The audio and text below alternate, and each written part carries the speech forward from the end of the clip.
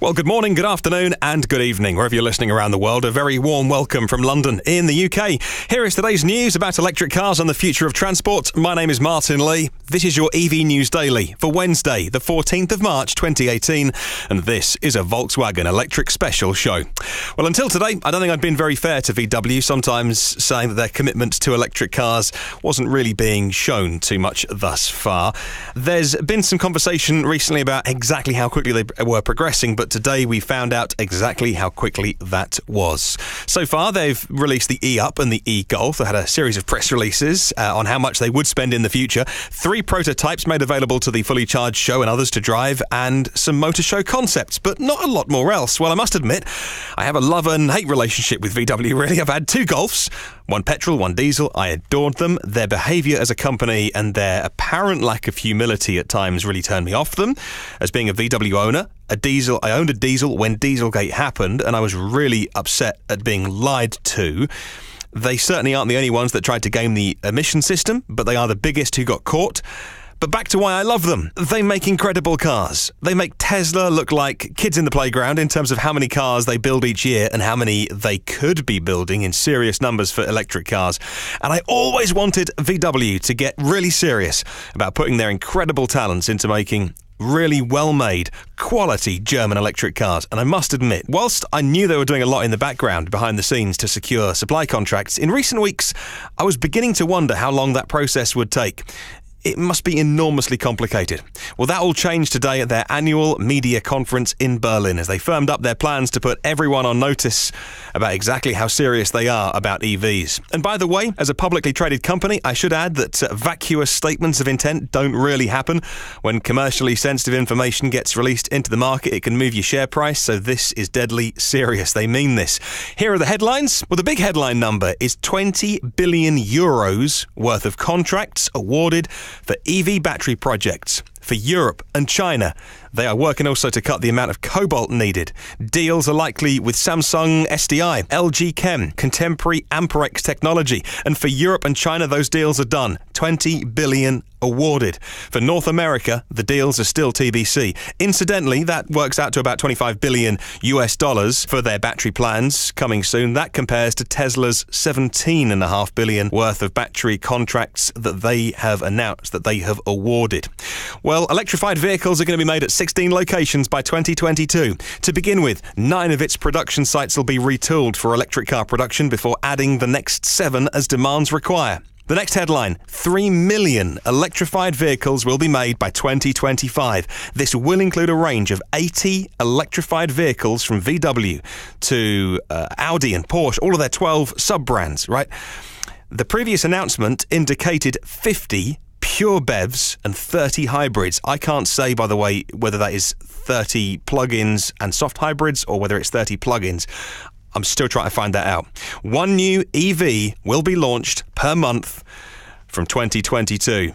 VW's CEO, Matthias Müller, said that's how they would achieve the pace. From 2022, 1 EV per month. The first launch is going to be the Audi e-tron. Pre-orders opened in the UK already. £1,000 deposits being taken, and the specs are similar to other SUVs in that space, like the Jaguar I-Pace and the forthcoming Mercedes EQC. So we're kind of, I don't know for the Audi e-tron.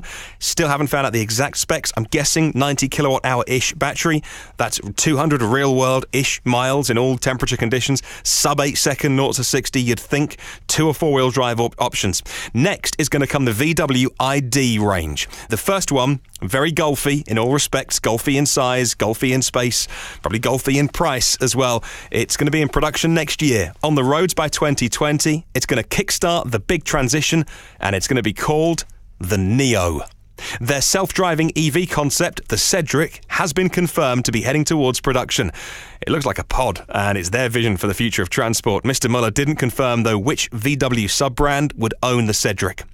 Let me remind you that upcoming stringent emissions limits, which are going to require any brand who sells in Europe, their average CO2 emission across their fleet of every car they sell, the average CO2 emissions must be no higher than 95 grams per kilometre from 2020 onwards, less than 2 years. Otherwise, they face really hefty fines.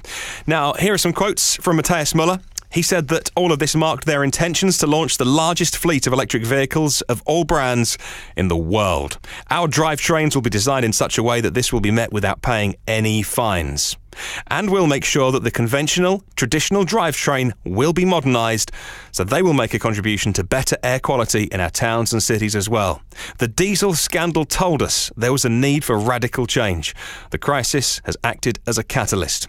We've pulled out all the stops over the last months to implement the Roadmap E swiftly and resolutely.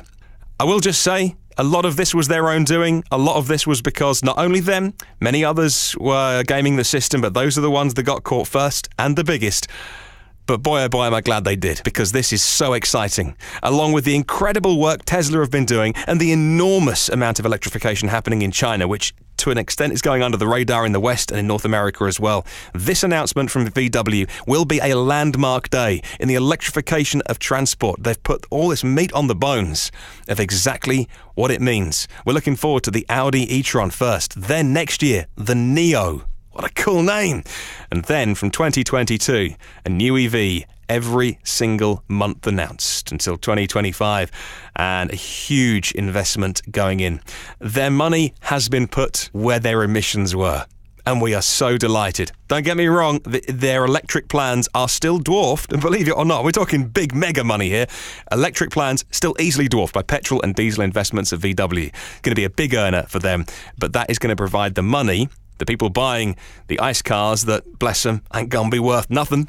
In a couple of years' time, they're going to buy their nice new diesel and then realise, hang on, no one wants to buy that in a couple of years. My car isn't worth anything. We know diesels and petrols are going to be worth so little money very soon. Well, thank you for listening today. Hope you enjoyed it. I'd love to spread the word about electric cars, so if you can, please share this with somebody who might be interested. You can listen to every previous episode of the podcast on iTunes, Google Play, Spotify, YouTube, and the blog. www.evnewsdaily.com. You can subscribe for free to the podcast and get it every single day, and a brand new episode arrives daily and for free. It would mean a lot if you had 2 minutes to leave a little rate and review. And if you have Amazon Echo, download our new Alexa skill. Just search EV News Daily. On Twitter, come and say hi. Leave your comments about the VW announcement. Good, bad, indifferent. What do you think?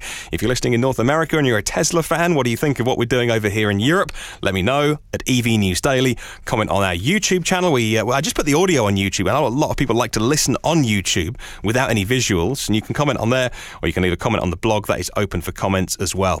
Have a wonderful Wednesday, and I'll catch you tomorrow.